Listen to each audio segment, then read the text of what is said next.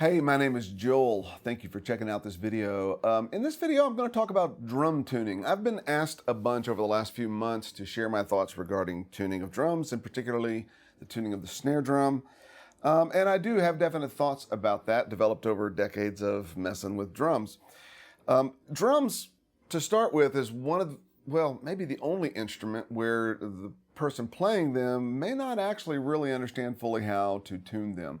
And I think that's for a couple of reasons. First of all, it's not necessary that the drums be tuned for you to play them because you're just hitting them basically when it comes down to it. And so you can hit a table, you can hit a stand, a wall, you can hit anything that exists. And so a drum that's not tuned can be hit or can be played. So I think a lot of people don't bother learning to really tune the drum when they're playing them. And so I've recorded some really good drummers who just really didn't fully understand how to tune the drums, so I just kind of took care of that part for them. But I think it's very helpful not only for drummers to be able to tune their own instruments, but also for producers, engineers, people working with drummers to be able to do it as well. It's really, really handy when you're going for a certain sound. The drummer may or may not know how to accomplish that, so it's a really helpful thing to have in your toolbox. I really recommend that you learn to do it. Another reason I think why drummers often don't really know how to tune their drums is because there's really no hard rules. We do have trends, there are general sounds that people go for depending upon the genre of music, but it's pretty diverse. So you can use all sorts of tension between high and low tension, high-pitched drums, thin heads that have a bright, resonant sound with lots of overtones, to thicker heads, multi-ply heads that are tuned down low and have a lot of attack, maybe not a lot of sustain, putting muffling, moon gels, tape, wallets, all sorts of things that you can do to muffle the drums, single-headed toms, double-headed toms. It's almost endless. So unlike playing a guitar where you have to have kind of a general tuning, and yeah, there are alternate tunings for the instrument, but you kind of have to pick one and go with it in order just to be able to play the instrument. Not so with drums. You can just play them if they're in tune or not. So I'm going to talk about tuning a snare drum here, but I want to start by mentioning some principles that I apply to tuning all drums. First and foremost is I'm assuming that you have good heads, good quality heads that are in good condition, that you have good drums that have good bearing edges, and that you have good hoops that aren't bent and that are round. So those are sort of givens. If you don't have those things, all bets are off. Your mileage is going to vary pretty wildly as how successful you're going to be tuning the drums. So assuming that we have good stable bearing edges, good heads, and good hoops, then what I generally do to start with is to finger tighten all the key rods.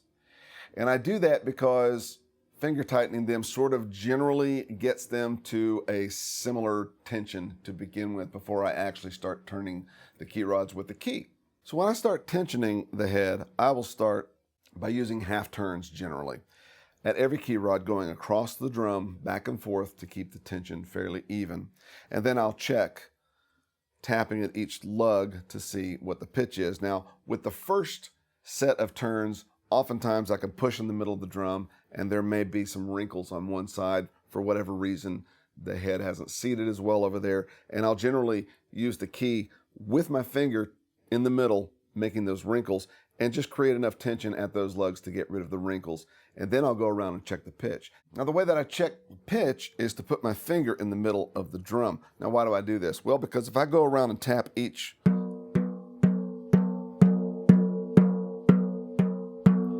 lug, well, you're hearing a pitch, you're hearing a lot of fundamental and some harmonic and everything else. And I kind of want to feature the harmonic a little bit more, so I'm going to mute the fundamental. The way I do that, put my finger in the middle. You hear the harmonic a whole lot better now versus without my finger. So get rid of the fundamental. Make sure it's in the middle, not off center or some other way. Then you can listen to see if everything's in tune or not. And for the lugs that are not in tune, I will typically bring the ones that are lower pitch up to the ones that are higher pitch, which brings me to another principle that I have in general tuning drums, and that is to end every adjustment on the drum with a positive turn or a clockwise turn where you're increasing pressure. That's true if you're even detuning a head. If you want to go to a lower pitch, detune below where you want it and bring it back up to the point that you want it. So if I want to detune a lug, say a quarter turn, I'll typically go more like half a turn and then come back up a quarter so that the net is a quarter below where it was before. The reason I do that is because as you detune, you may be releasing the pressure vertically on the drum head, but there's a lot of friction where the head meets the bearing edge. And particularly for more coarse bearing edges, maybe they're not as well sanded or lacquered, or metal versus wood, there's a different amount of friction on all of that. And the friction there at the edge will sometimes hold on to that head, so the head hoop may be released a little bit, but the head hasn't really been released necessarily. And as soon as you start playing, that vibration all of a sudden kind of releases it. So if you end with a negative turn, then you may find that once you start playing, it goes out of tune pretty quickly. Whereas if you go below, there's a better chance that you're releasing some of that tension and then bringing it back up. And by bringing the tension up and ending there, once you start playing, it's not going to detune nearly as much. So those are some principles that apply to drums in general. Now let's talk about snare drum. So here I have a snare head. It's totally loose, and I'm going to finger tighten this. I'm just going to actually bring it up a little bit on my lap. Hopefully the camera can still see that. And I'm grabbing it by the key rod, not the top. You can do either. I generally do it by the threads. And I go all the way around. My right hand, I'm convinced, because I'm right-handed, it's not unusual, is a little bit stronger than my left. So I like to go all the way around, give my right hand a chance to. All right, and I'm pushing in the middle, kind of as we go. All right, that looks good. I already have some tension on it, as you can see, or hear. So I'm going to go ahead and take it up a half turn to start. You'll notice sometimes when you start to add tension, that the adjacent lugs might not make contact with the hoop anymore. That first turn that I did brought the hoop down low enough that my previously finger tightened key rods weren't actually making any connection. So don't over tighten, don't do more than a half turn. If you're doing a half turn on all of them, stick with a half turn, even if the first part of that isn't actually making contact with the hoop, because the one next to it actually brought the hoop down a little bit. Don't worry about that. I've got this on my knees, so the top head's not going to make any noise. I get to hear the bottom head, finger in the middle.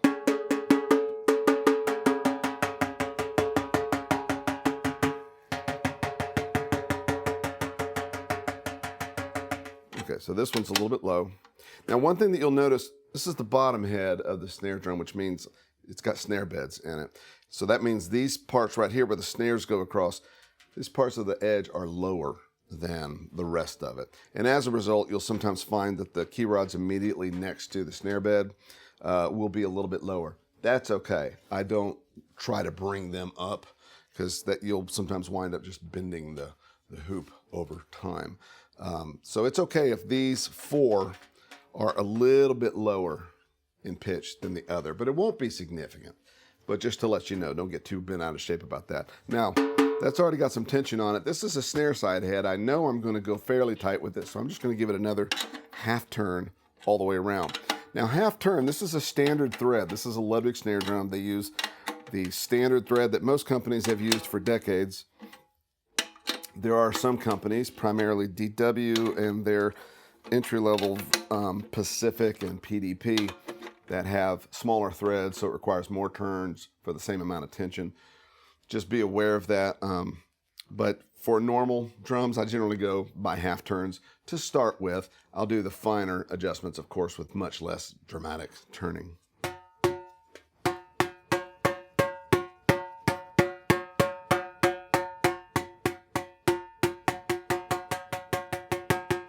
Okay, so these two actually across from each other, a little bit low.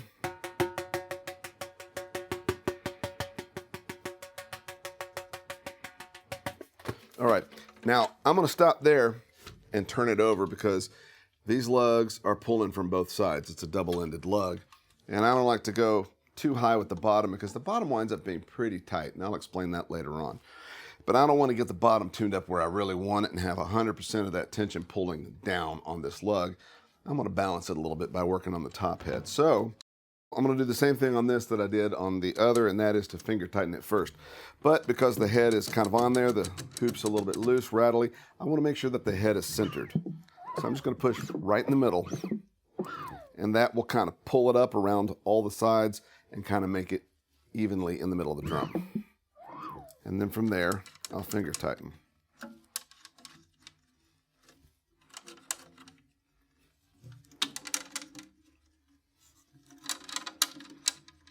Now these are easy to finger tighten because this is a 1966 drum, and this drum has springs that do not inhibit the key rod turning at all. So it's very easy to finger tighten a drum that has springs instead of inserts in the lugs. All right, same thing here. I'm going to start with a full turn. Now on the batter head, you'd be surprised how very little turns you need to get the drum to its mid-range. In fact, you can hear already that it's getting there quickly. So, got my knees underneath, muting the bottom head, finger in the middle.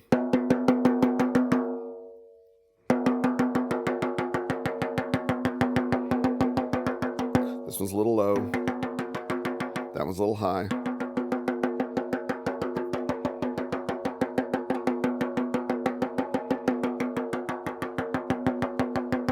And this one's high too. Okay, so what I'm going to do, I don't want this drum to be too high to start with. So I'm going to bring this down lower than I want and bring it back up. This one as well. So I've got that, I'm ending on the positive turn.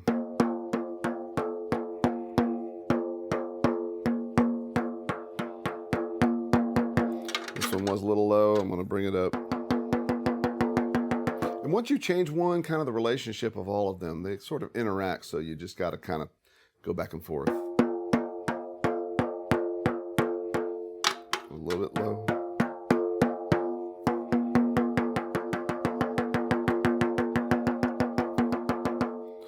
Both of these a little bit low. And one thing that you'll notice also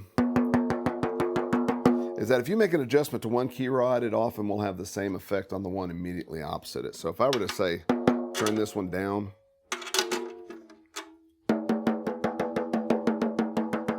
but if you come across here,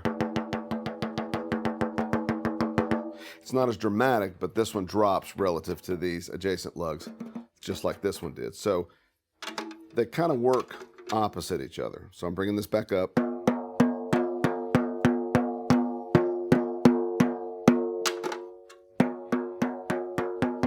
Now, not perfect, but real close. A good general place to start. Actually sounds like a good snare with no snares, no wires. I'm going to go back to the bottom and bring this up a little bit more. Now, the bottom head, I don't use a tune bot normally, but I'm going to use it to demonstrate. Bottom head, I like to have up around 400 hertz. And I say 400 hertz because I don't know that this thing goes any higher. When I actually use a tone generator to create a pitch that matches the pitch of the bottom head, it's more like 410 to 415, maybe even 420 hertz. But this always says 400 exactly. So I think that might be where this tops out. I'm not totally sure. If somebody knows, feel free to chime in and let me know. That's cool. But I'm going to check this with the tune bot.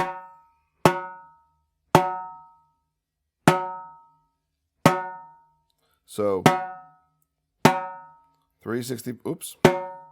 And it sometimes misbehaves, but 365, 364. Right, so I'm getting close, but I'm going to go about another probably quarter turn-ish. And I've got these little practiced motions that I do now. So I'm not necessarily looking at the key rod and seeing that it's exactly a certain amount.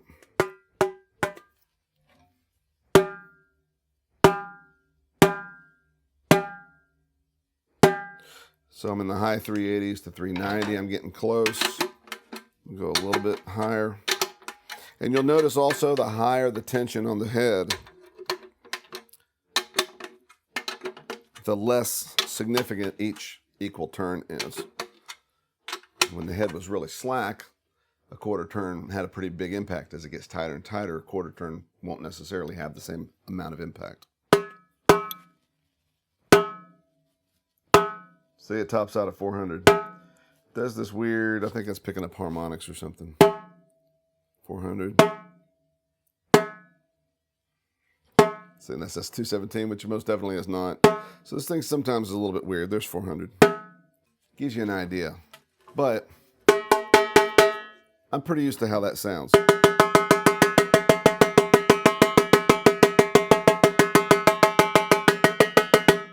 Okay, now these are a little bit lower. They're next to the snare bed, but they are lower. This one next to the snare bed is not.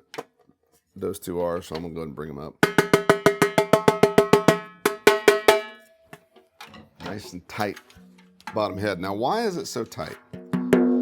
I will tell you, I always tune the bottom head pretty much there, and I leave it regardless of what else I do with the drum. If it's going to be a low-pitched, muted drum, if it's going to be high-pitched and ringy and lots of harmonic, the bottom head is pretty much always that way because it responds well with the wires. It's weird because the snare beds are there. It's literally an uneven bearing edge, and you can tell, like a top head might have more resonance or sustain, whereas the bottom head, although it's very, very tight, it doesn't resonate the same way. This isn't going to tune up like a tom, where it goes doom. It's not going to do that. Not just because it's shallow, but because the snare beds won't allow it. The bottom edge and the contour of the bottom edge won't allow it to resonate that way. So it's a very different sound to begin with. And in order to get the sound of the drum, the tone of the drum, and the pitch that you tune the batter head to, that bottom head needs to be really, really tight. Listen to this clip where I am playing the drum with the bottom head tuned like this, and then the next clip after that is going to be tuned down bottom head, a half turn all the way around, and then the clip after that, another half turn all the way around. So you can hear what the bottom head tuning is doing to the drum.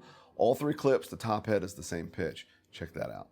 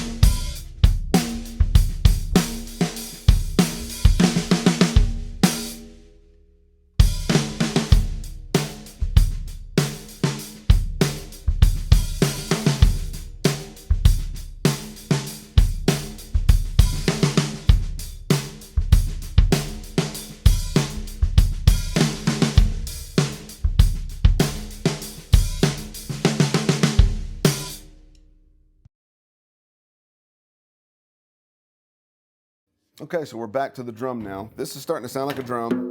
I'm ready to try it with snares. I'm going to put the snare wires on. Here are my snare wires. I'm going to fit them through here. These are Thomas Star Classic snappy snares.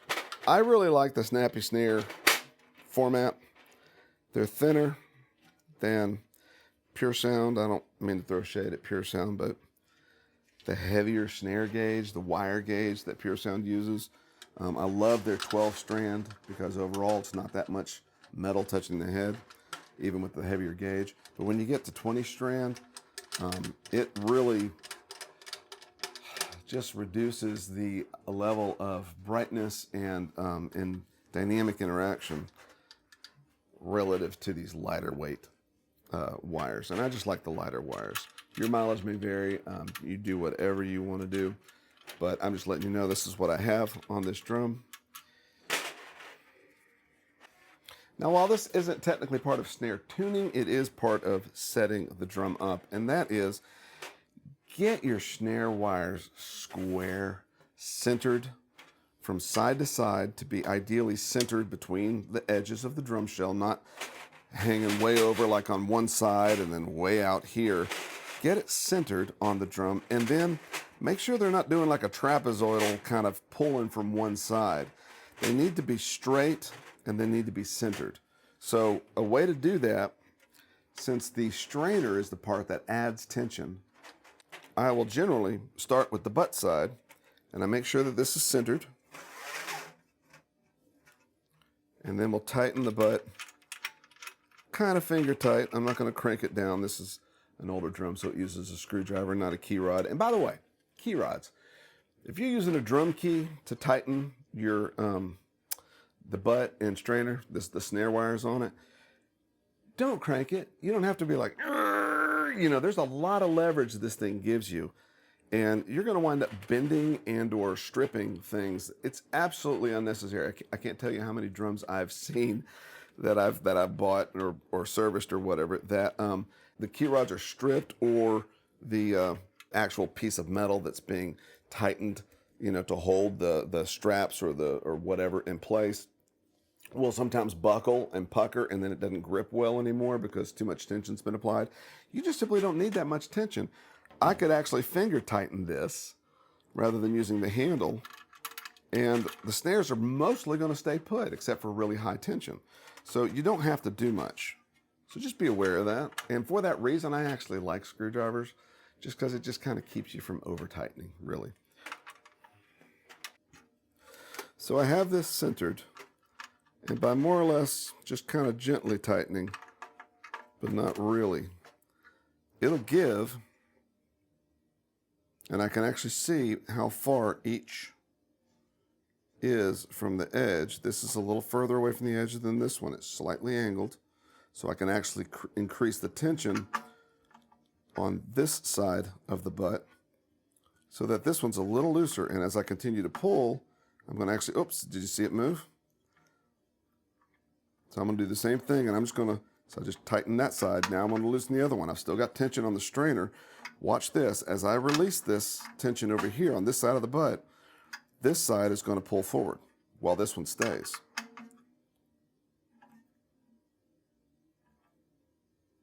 Boom, you see that? It's a small move.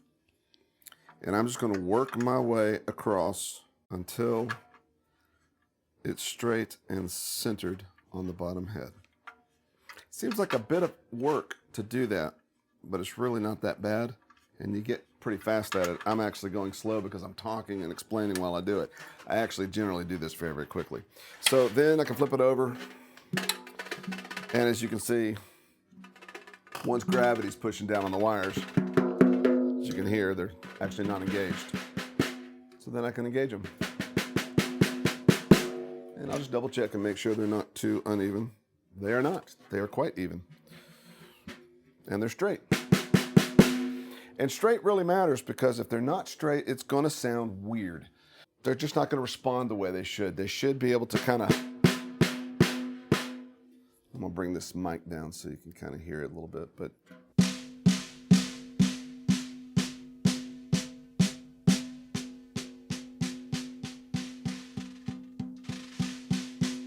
So depending upon the tension, they should just be able to react. There's just kind of something weird when they're kind of cranked to one side or angled, or, it's just bizarre. I get some weird sounds out of the drum that I just don't appreciate when the snares aren't totally straight. So I like them straight and even. All right, so that is a good starting point.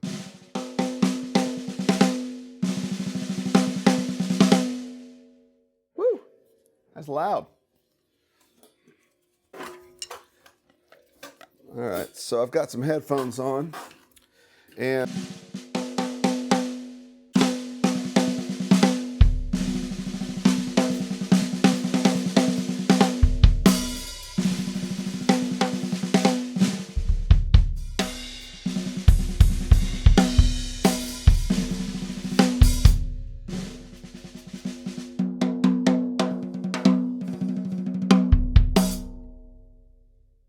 okay, just a mention here, I've got a tiny little piece of gaff tape folded, And this is an aquarium texture coated. It's a medium weight head coated. And it's kind of my favorite sort of all-purpose head. And I've got just enough tape on it to kill a little bit of overtone. I can take the tape off and show you. Which is not bad at all. I like the sound of that, but I don't mind taming it just a skosh, but really just a skosh. And I'm super sensitive to muffling. It's a little bit darker. It takes some of the higher overtones out, that's all. But leaves the drum with a lot of overtones that are complementary as well. Keeps it really lively sounding. And I would say, just with that thought, I think people muffle drums too much. I think they're worried more about the smack of the drum, and I think a lot of times people are tuning drums with their ears, their exposed ears, to try to sound like what they want them to sound like recorded. And they're not going to. They're going to be a lot darker recorded because of generally the type of microphones used. Not only are they dynamic mics, which if you don't know the difference between that and condensers, dynamics tend to be a little bulkier sounding and a little bit more raw, a little less refined. And they're directional, which means we have proximity effect. It's a buildup of low end the closer it gets. So you get this real exaggerated, beefy sound from drums anyway, once they're recorded or amplified through microphones. The microphones just hear them differently. And I think people sometimes don't take that into consideration if you realize what that's going to do. Like, for example, this camera here has its own little built-in microphone.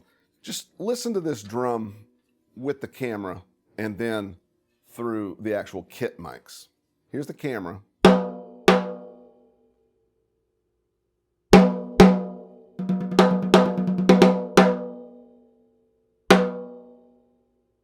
And then the kit.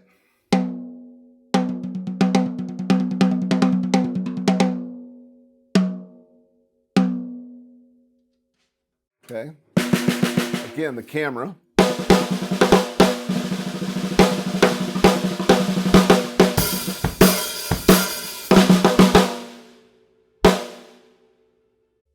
And you do hear that overtone.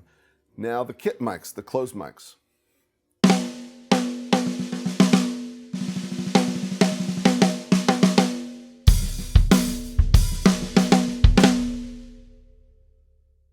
It's just a very different perspective from the microphones. So you don't have to muffle as much, I think, particularly once you get other instruments, guitars and pads, a lot of mid-range stuff. Most of what happens in music is more in the mid-range. A little bit in the highs and a few things that really own the low end, but most everything is kind of happening in the mid-range. So there's a lot of things that compete with that harmonic. So the harmonic's actually useful to help people know it's a snare drum and how it's tuned and how it sounds. It helps the personality of the drum speak through. If you're just going to put gels all over it and tape it all down and everything, then it could be a metal drum, it could be a wood drum, it could be kind of whatever, and it's going to just sound like kind of a muffled, dead drum once you get it in the context of all the other harmonics happening in the mid-range from all the other instruments in the mix. Just something to be aware of. My personal thought. Hope that's useful. Your mileage may vary. So this is my general approach to tuning a snare drum, whether I'm going to tune it low or high. So let me show you the variation, the thing that I do that is different, and that is when this drum, with all the key rods,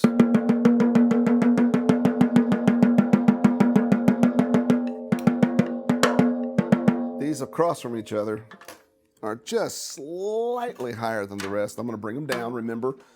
I'm going to come past where I want and come back up with the tension.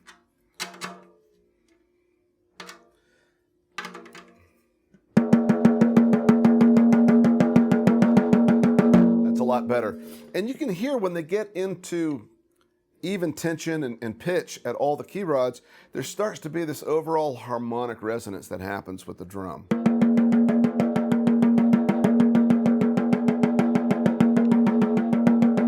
This one lug is just ever so slightly.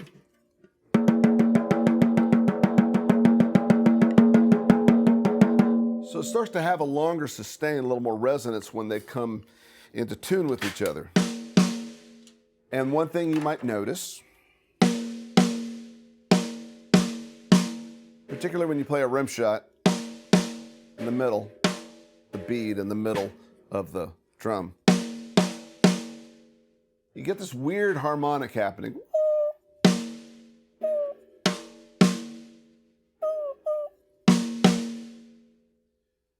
That can be really cool at times. It actually records really well. It's a great sound.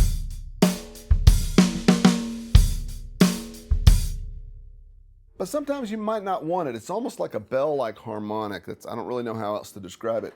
Sometimes I don't want that. And so what I'll do to fix that, it's my variation here, is I will take the two closest lugs to me and tune them down a half turn each.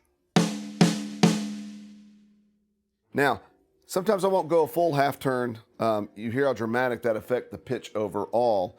If I wanted to have less dramatic effect, or if I wanted to preserve the pitch at its higher, if I want to preserve that pitch, but I'm going to take these two down, I'm going to need to go a little higher on all the other lugs. So I'm going to take all the lugs, except the two close to me, up just a little bit. So bringing these up about a quarter turn or so means that I don't have to pull these two down quite as much, because between these up, if I were to just leave these where they were, then it would be basically a quarter turn down from where all the rest are. So I only really have to go about another quarter of a turn to be roughly half of a turn. And that's closer to the, I don't, you know, I'm not going to A-B them exactly, but that's closer to the pitch that I had before I tuned these lugs down. But notice with the lugs tuned down a little, it still sounds pretty balanced, pretty much similar drum sound, but it's a little shorter. There's not as much sustain to the fundamental of the drum. And that weird bell-like harmonic is gone.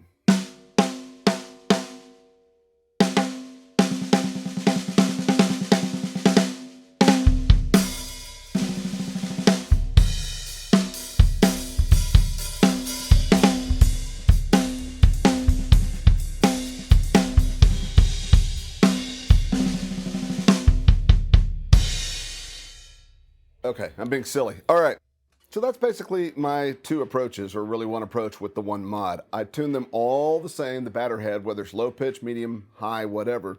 And if the harmonic is a little too strong, or if the sustain of the fundamental note itself is a little too strong, I'll detune these closest to me. And if that affects the pitch in a negative way, I'll actually bring all the other ones up maybe a quarter of a turn, bring these two down a quarter of a turn, and then just kind of adjust as needed to get the overall control that I want. But that's sort of a way of kind of muffling without muffling. I've dampened the harmonics a bit by just doing this without having to add any mass anywhere on the head. So it still is very lively.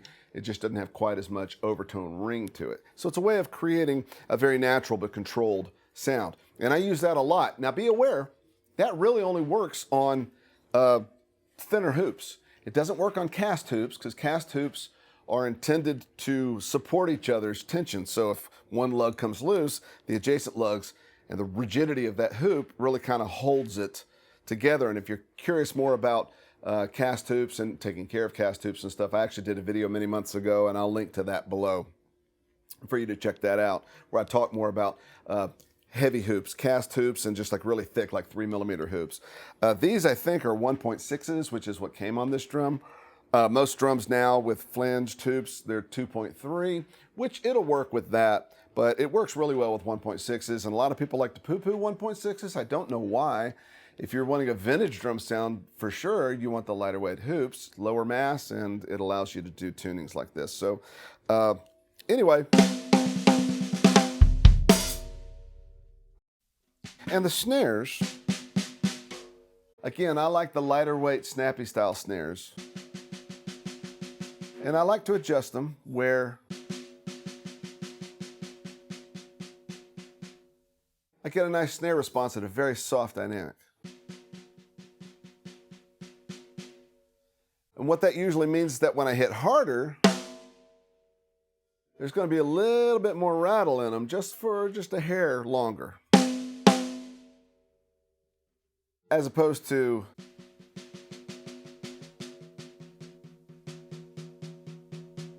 tensioning them to where they don't really respond well with soft dynamics. That sounds like kind of a weird muted tom.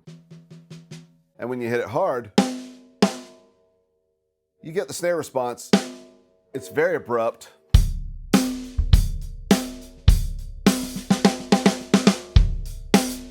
And you may want that. I don't particularly like that. I like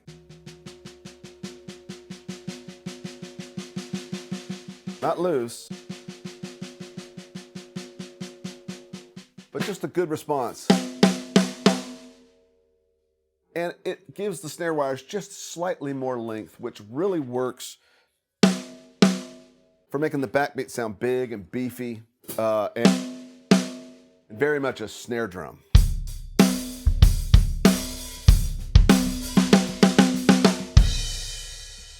Okay, so one more thing. That was all about tuning. So now you should know how to tune a snare drum, or at least the way I like to tune a snare drum. Now let me let you in on a little secret, and that is, not only is the tuning important, but you have to play the drum to get the sound that you want. What do I mean by that? This is something more for drummers, or for people producing drummers, maybe to make them aware in case for whatever reason they aren't already aware. The way you play the drum has everything to do with what it's going to sound like. And I have one tuning here, but I can create 4 different sounds out of this drum simply by how I play it. I'll show you. I'm going to do about a measure or 2, I guess, maybe of each. Ready?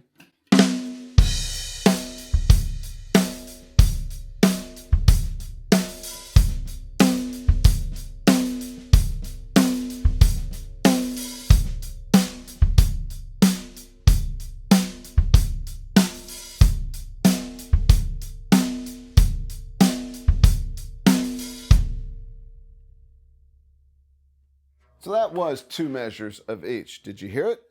Listen to it again.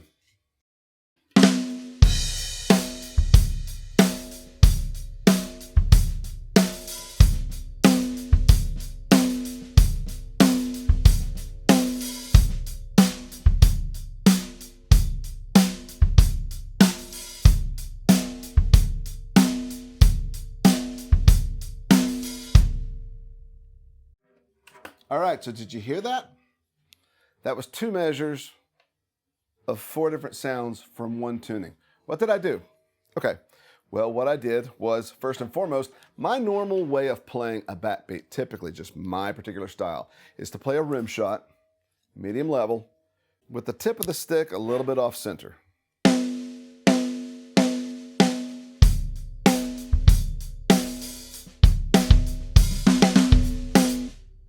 I like the attack that the rim shot gives. I like the attack and the brightness, the overall timbre of a rim shot.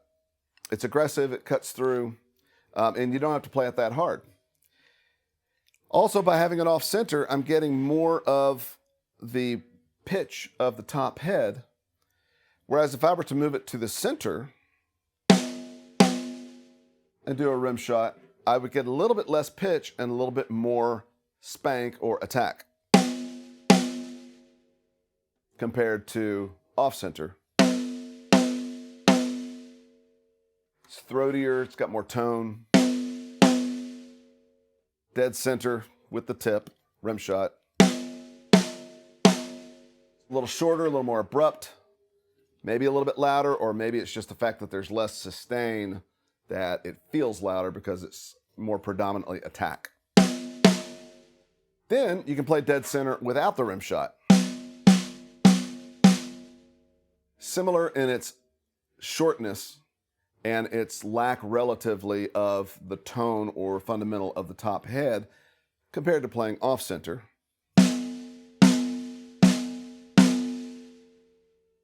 On center.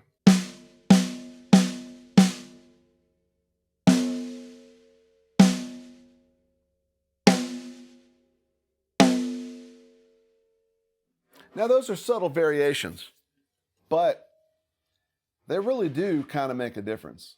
And if I want more aggression, I'm going to go for a rim shot. If I really want the attack, I'll probably go more for a center rim shot versus an off-center rim shot. But I like the body, and the combination of the attack and the body, for me personally, my normal way of doing it is off-center.